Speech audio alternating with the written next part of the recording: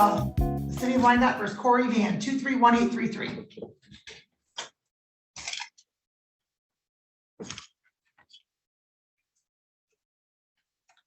Morning, Your Honor. Good morning. John Bain Jr., P37753, appearing on behalf of Mr. Van, who stands to my left. Mr. Van, please state your name for the record. Corey Patrick Van. All right, thank you.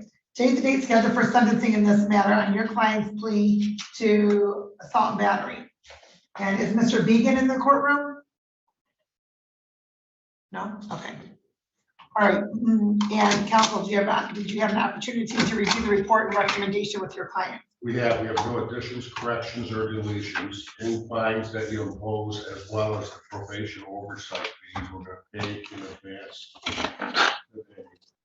I do want to point out, Your Honor, that on the date of this incident, Mr. Van had been on the lake all day, came back to the dock, was stone cold sober when he got back to the dock.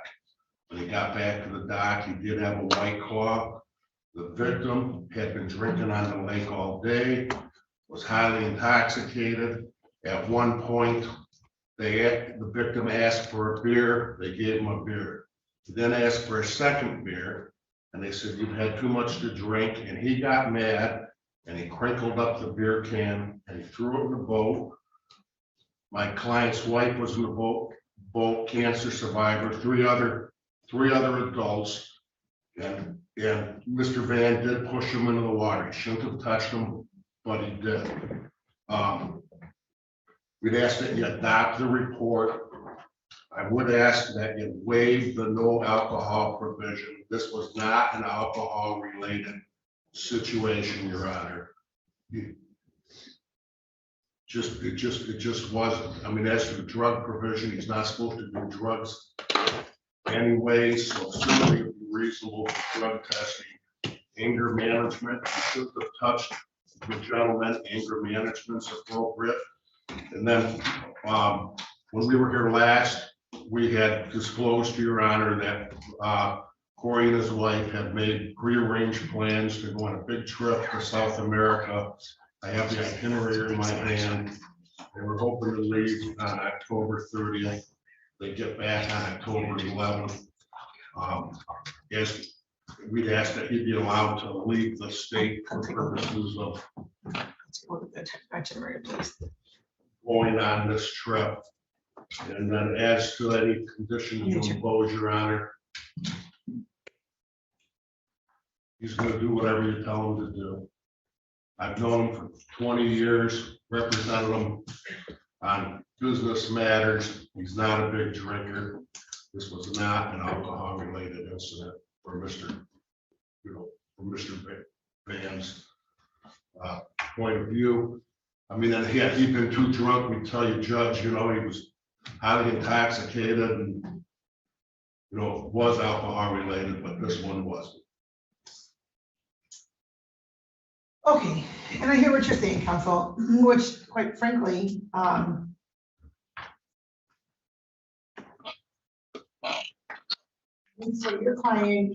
makes your client's actions even more incredulous. So your client is stone cold sober. There's somebody that is intoxicated and he pushes them into the water. Then the individual is trying to get back up on the dock and your client pushes them back in the water. That actually let go of his hand, but yes, Your Honor, I'm not. And with the fact that this individual was intoxicated, and as you're indicating, severely intoxicated, to push him into the water, your client's lucky he's not looking at homicide charges. I mean, it's very fortunate that the individual didn't drown. I understand, Your Honor. Last time and this time, we completely acknowledged that Mr. Van should not have touched this gentleman. So I'm not trying to minimize the fact that he touched him.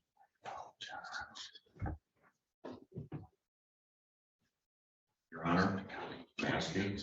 You may. I was trying to help him out of the water, and the reason I let go of his hand was because he was threatening me and telling me he was gonna kick my ass, and I let his hand go. He went back in the water. Well, sir, you just pushed him in the water. You don't think he's going to be upset? Whether or not he's sober or not, you don't think he's going to be upset? Yes, And then, given the fact that he's intoxicated and probably has less of a filter, given the fact that you just pushed him in the water. So you're trying to help him out apparently, and you didn't like what he said, so you let him back in the water. You just dropped him back in the water, pushed him back in the water. However, he ended up back in the water.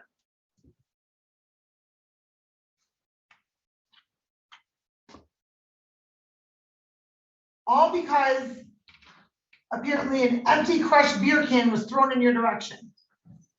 yes, ma'am.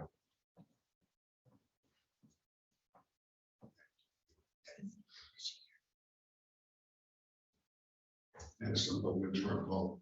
I'm sorry? It was more than just a beer can, but we acknowledge that he shouldn't have touched him, Your Honor. I mean, he was belligerent, profane, I mean.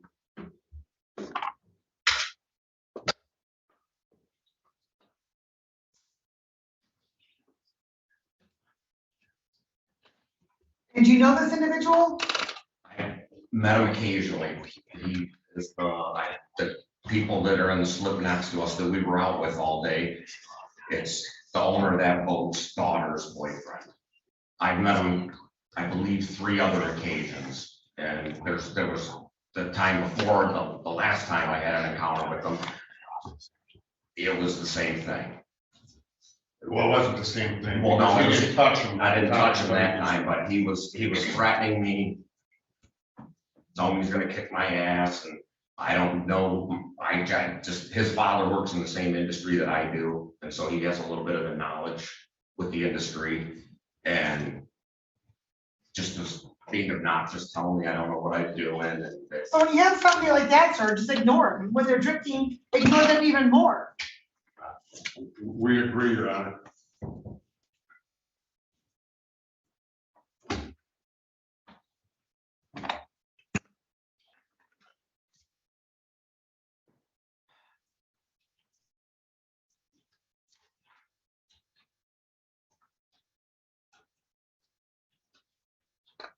The court, after hearing from counsel and hearing from Mr. Van, reviewing the report, the recommendation, the court does find there's reasonable grounds to depart from MCL 769.5. The court's going to indicate 12 months probation. You are eligible for early discharge with a hearing. The court will note that you are also eligible under 771.1 status, not to violate any criminal law of any unit of government. You're not to leave the state without the consent of this court. The court will note that you do have this trip planned.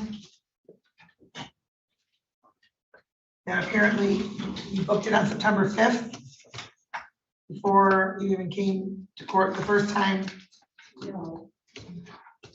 Ma'am, whether it's booked or not, there's an email from September 5th and you're not identified for the record. So, What did you say? Just tell us. well, the point is it was booked prior to the Yes, first court date. yes. I'm just trying to make a record that that's when it was booked prior to that. it's been, the planning started over a year ago. All right, the court will grant you permission to travel for that. Sir, if you behave like that in South America, you probably won't be coming back. So hopefully you have it together that you're not behaving in that manner Yes, ma'am. or that fashion. If somebody's belligerent, let them be belligerent and walk away.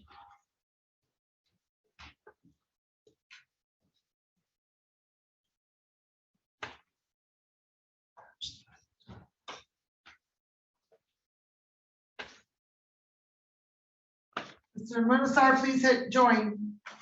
The court will note as well you to report truthfully to your probation officer. The office of your probation officer may require in person, writing, or virtually. You're notified probation officer immediately of any change in address or employment status. The court's going to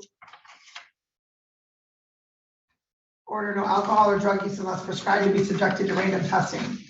We can revisit that, council, at some point, but for now, that's what the court's going to indicate. The rehabilitative goal for that condition is to monitor your progress and maintain the absence of sobriety. I understand that you were sober for this event, sir, but if that's how you behave when you're sober, I would be more concerned with you're not. You're to participate in the. I'm not going to order the chemical awareness program.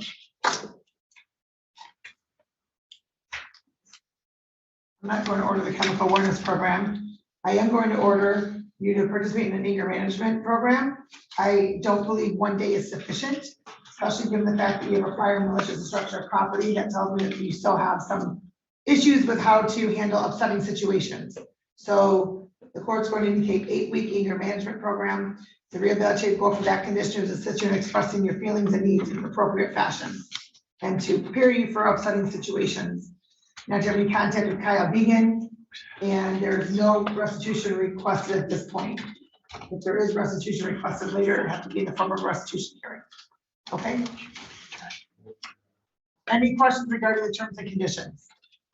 No, ma'am. All right.